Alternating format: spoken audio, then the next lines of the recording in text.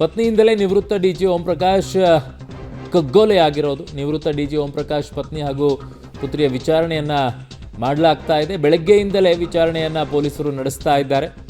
ನಿನ್ನೆ ರಾತ್ರಿನೇ ಅವ್ರನ್ನ ವಶಕ್ಕೆ ಪಡ್ಕೊಂಡಿದ್ರು. ಕೆಲ ಹೊತ್ತು ಮೊಂಡಾಟ ಮಾಡಿ ಬಳಿಕ ಫಿಂಗರ್ ಪ್ರಿಂಟನ್ನು ಪುತ್ರಿ ಕೃತಿ ನೀಡಿರೋದು. ಮಹಿಳಾ ಪೊಲೀಸ್ ಸಿಬ್ಬಂದಿ ಸಹಾಯದಿಂದ ಫಿಂಗರ್ ಪ್ರಿಂಟ್ ಸಂಗ್ರಹವನ್ನು ಈಗ ಮಾಡ್ಕೊಂಡಿದ್ದಾರೆ. ಹರಸಾಹಸ ಪಟ್ಟು ಫಿಂಗರ್ ಪ್ರಿಂಟನ್ನು ಕಲೆಕ್ಟ್ ಮಾಡ್ಕೊಂಡಿದ್ದಾರೆ. ಯಾಕೆ ಅಂತಂದರೆ ವಿಡಿಯೋ ರೆಕಾರ್ಡನ್ನು ಕೂಡ ಈಗ ಪೊಲೀಸರು ಮಾಡ್ತಾ ಇದ್ದಾರೆ, ಹೇಗೆ ವರ್ತಿಸ್ತಾ ಇದ್ದಾರೆ ಏನು ಅಂತ ಹೇಳಿ.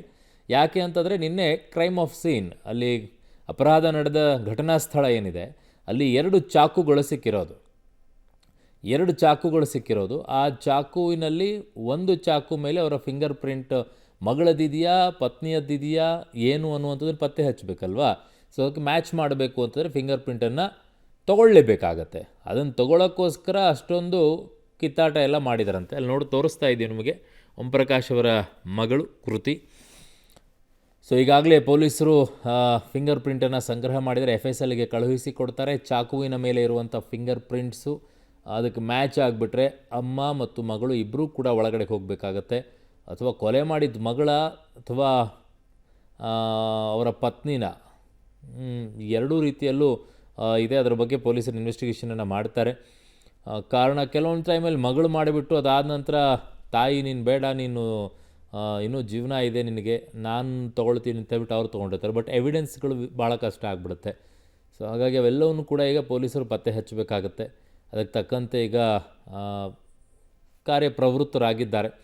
ಯಾವ ರೀತಿಯಾಗಿ ಈಗ ಅಲ್ಲಿ ಕ್ರೈಮ್ ಆಫ್ ಸೀನ್, ಅಪರಾಧ ನಡೆದಂಥ ಘಟನಾ ಸ್ಥಳ ಇದೆಯಲ್ಲ, ಅಲ್ಲಿರುವಂಥ ಸ್ಯಾಂಪಲ್ಸ್ಗಳನ್ನೆಲ್ಲ ಕಲೆಕ್ಟ್ ಮಾಡ್ಕೊಂಡಿದ್ದಾರೆ. ಹೇರ್ ಸ್ಯಾಂಪಲ್ ಜೊತೆಗೆ ಚಾಕುವಿನಿಂದ ಚುಚ್ಚಿದ್ದು, ತದನಂತರ ಅವ್ರ ಮೇಲೂ ಕೂಡ, ಬಾಡಿ ಮೇಲೂ ಕೂಡ ಅಲ್ಲೇನೋ ಗ್ಲಾಸ್ ಗೀಸೇನೋ ಇಟ್ಟಿದ್ರಂತೆ, ಊಟ ಮಾಡೋ ಟೈಮಲ್ಲಿ ಆಗಿತ್ತು ಅಂತಿದ್ದಾರೆ. ಸೊ ಅಲ್ಲಿ ಯಾರು ತಂದು ಕೊಟ್ಟರು, ಏನು ಊಟ ಎಲ್ಲ ನೋಡ್ತಾರೆ. ಅದ್ರ ಫಿಂಗರ್ ಪ್ರಿಂಟ್ಸ್ ಎಲ್ಲವನ್ನು ಕೂಡ ಚೆಕ್ ಮಾಡಬೇಕಾಗತ್ತೆ. ನನ್ನ ಸಹೋದ್ಯೋಗಿ ಈಗ ಕ್ರೈಮ್ ಬ್ಯೂರೋಯಿಂದ ನರಸಿಂಹಮೂರ್ತಿ ನನ್ನ ಸಂಪರ್ಕಕ್ಕೆ ಸಿಗ್ತಾ ಇದ್ದಾರೆ. ನರಸಿಂಹಮೂರ್ತಿ, ಏನೆಲ್ಲ ಈಗ ಅಪ್ಡೇಟ್ಸ್ಗಳು ಬರ್ತಾ ಇದೆ? ಒಂದು ಕಡೆಗೆ ತನಿಖೆಯ ದೃಷ್ಟಿಯಿಂದ ಯಾವ ರೀತಿಯಾಗಿ ನಡೀತಾ ಇದೆ, ಇನ್ನೊಂದು ಕಡೆಗೆ ಅಂತ್ಯಕ್ರಿಯೆ ಹೇಗೆ ನಡೀತಾ ಇದೆ, ಏನಿದೆ ಅಪ್ಡೇಟ್ಸ್ ನರಸಿಂಹಮೂರ್ತಿ? ಅರುಣ್, ಇನ್ನೇನು ಕೆಲವೇ ಕ್ಷಣಗಳಲ್ಲಿ ಅಂತ್ಯಕ್ರಿಯೆಯನ್ನು ಜರುಗಿಸೋದಕ್ಕೆ ಪೊಲೀಸ್ ಇಲಾಖೆ ಸಿದ್ಧತೆಗಳನ್ನು ಮಾಡಿಕೊಂಡಿದೆ. ರಾಜ್ಯದಲ್ಲಿ ಪೊಲೀಸ್ ಇಲಾಖೆಯ ಉನ್ನತ ಹುದ್ದೆಗೆ ಏರಿದ್ದಂತಹ ವ್ಯಕ್ತಿ DG ಆ್ಯಂಡ್ IGP, ರಾಜ್ಯ ಪೊಲೀಸ್ ಮಹಾನಿರ್ದೇಶಕರಾಗಿ 3 ವರ್ಷಗಳ ಕಾಲ ಓಂ ಪ್ರಕಾಶ್ ಸೇವೆಯನ್ನು ಸಲ್ಲಿಸಿದ್ರು. ನಿನ್ನೆ ಅವರ ಪತ್ನಿ ಮತ್ತು ಮಗಳಿಂದ ಹತರಾಗಿದ್ದರು. ಹೀಗಾಗಿ ಇನ್ನೇನು ಕೆಲವೇ ಕ್ಷಣಗಳಲ್ಲಿ ವಿಲ್ಸನ್ ಗಾರ್ಡನ್ನ ಚಿತಾಗಾರದಲ್ಲಿ ಅಂತ್ಯಕ್ರಿಯೆ ನಡೆಯಲಿದೆ, ಸಕಲ ಸರ್ಕಾರಿ ಗೌರವಗಳೊಂದಿಗೆ. ಅದು ಪೊಲೀಸ್ ಇಲಾಖೆ ಒಂದಷ್ಟು ಗೌರವ ಸಮರ್ಪಣೆ ಮುಖಾಂತರ ಅಂತ್ಯಕ್ರಿಯೆಯನ್ನು ಸಲ್ಲಿಸೋದಕ್ಕೆ ವ್ಯವಸ್ಥೆಯನ್ನು ಮಾಡಿಕೊಂಡಿದ್ದಾರೆ. ಇನ್ನು ವಿಚಾರಣಾ ಹಂತಕ್ಕೆ ಬರೋದಾದರೆ, ವಿಚಾರಣೆ ಯಾವ ರೀತಿ ನಡೀತಿದೆ ಅಂತೇಳಿ ನೋಡೋದಾದರೆ, ನಿನ್ನೆಯೇ ಓಂ ಪ್ರಕಾಶ್ ಅವರ ಮಗಳು ಕೃತಿ ಮತ್ತು ಅವರ ಹೆಂಡತಿ ಪಲ್ಲವಿ, ಈ ಇಬ್ಬರನ್ನು ಕೂಡ ಪೊಲೀಸರು ಅರೆಸ್ಟ್ ಮಾಡ್ಕೊಂಡಿದ್ರು. ಅದಾದ ಬಳಿಕ ಇವತ್ತು ಬೆಳಗ್ಗೆಯಿಂದ ವಿಚಾರಣೆ ನಡೆಸುವ ಕೆಲಸವನ್ನು ಮಾಡ್ತಿದ್ದಾರೆ. ಒಂದಷ್ಟು ರಂಪಾಟಗಳು ಇನ್ನೂ ಕೂಡ ನಡೀತಿದೆ.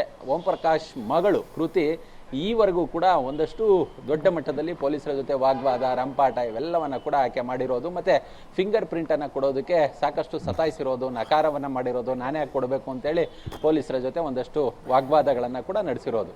ನಿನ್ನೆ FSL ತಂಡ ಕೃತ್ಯ ನಡೆದಂತಹ ಇವರ ಓಂ ಪ್ರಕಾಶ್ ಮನೆಗೆ ಹೋಗಿ ಅಲ್ಲೊಂದಿಷ್ಟು ಫಿಂಗರ್ ಪ್ರಿಂಟ್ಗಳನ್ನು ತೆಗೆದುಕೊಳ್ಳುವ ಕೆಲಸವನ್ನು ಮಾಡಲಾಗಿತ್ತು. ಹೀಗಾಗಿ ಮ್ಯಾಚ್ ಮಾಡಬೇಕಲ್ಲ ಫಿಂಗರ್ ಪ್ರಿಂಟು.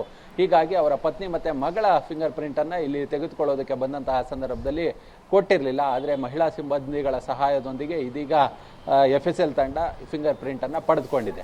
ಇನ್ನೊಂದು ಅರ್ಧ ಗಂಟೆಗಳಲ್ಲಿ ಈ ಇಬ್ಬರನ್ನು, ಅಂದರೆ ಓಂ ಪ್ರಕಾಶ್ ಪತ್ನಿ ಮತ್ತು ಮಗಳು, ಈ ಇಬ್ಬರನ್ನು ಕೂಡ ಮೆಡಿಕಲ್ ಟೆಸ್ಟನ್ನು ಮಾಡಿಸಿ ಅದಾದ ಬಳಿಕ ನ್ಯಾಯಾಧೀಶರ ಮುಂದೆ ಹಾಜರುಪಡಿಸುವ ಕೆಲಸವನ್ನು HSR ಲೇಔಟ್ ಪೊಲೀಸರು ಮಾಡಲಿದ್ದಾರೆ. ಪ್ರಕರಣದಲ್ಲಿ ಈ ಇಬ್ಬರ ಮೇಲೆ ಇದೀಗ ಕೊಲೆ ಪ್ರಕರಣ ದಾಖಲಾಗಿದೆ. ಮತ್ತು ದೂರುದಾರ ಈ ಓಂ ಪ್ರಕಾಶ್ ರವರ ಮಗ ಕಾರ್ತಿಕೇಶ್ ಕೊಟ್ಟಂತಹ ದೂರಿನಲ್ಲಿ ಇಬ್ಬರು ಕೂಡ ಮಾನಸಿಕ ಅಸ್ವಸ್ಥತೆಯಿಂದ ಬಳಲ್ತಿದ್ರು ಅನ್ನೋ ಮಟ್ಟಿಗೆ ಅವರೇ ದೂರಿನಲ್ಲಿ ತಿಳಿಸಿದ್ದಾರೆ. FIRನಲ್ಲಿ ಆ ಅಂಶ ಕೂಡ ಉಲ್ಲೇಖವಾಗಿದೆ. ಹೀಗಾಗಿ ಮಾನ್ಯ ನ್ಯಾಯಾಧೀಶರು ಯಾವ ರೀತಿ ಪರಿಗಣನೆಗೆ ತೆಗೆದುಕೊಳ್ತಾರೆ ಅನ್ನೋದು ಗೊತ್ತಿಲ್ಲ. ಆದರೆ ಕಾನೂನಿನಲ್ಲಿರೋದು ಯಾರು ಮಾನಸಿಕ ಅಸ್ವಸ್ಥರ ಇರ್ತಾರೋ ಅಂಥವ್ರು ಮಾಡುವ ಅಪರಾಧಕ್ಕೆ ಶಿಕ್ಷೆ ಇಲ್ಲ ಅಂತೇಳಿ. ಹೀಗಾಗಿ ಮುಂದೆ ಏನಾಗುತ್ತೆ ಅನ್ನೋದನ್ನು ಕಾದು ನೋಡಬೇಕಾಗುತ್ತೆ. ಓಕೆ ನರಸಿಂಹಮೂರ್ತಿ, ನಿಮ್ಮೆಲ್ಲ ಮಾಹಿತಿಗೆ ಧನ್ಯವಾದಗಳು.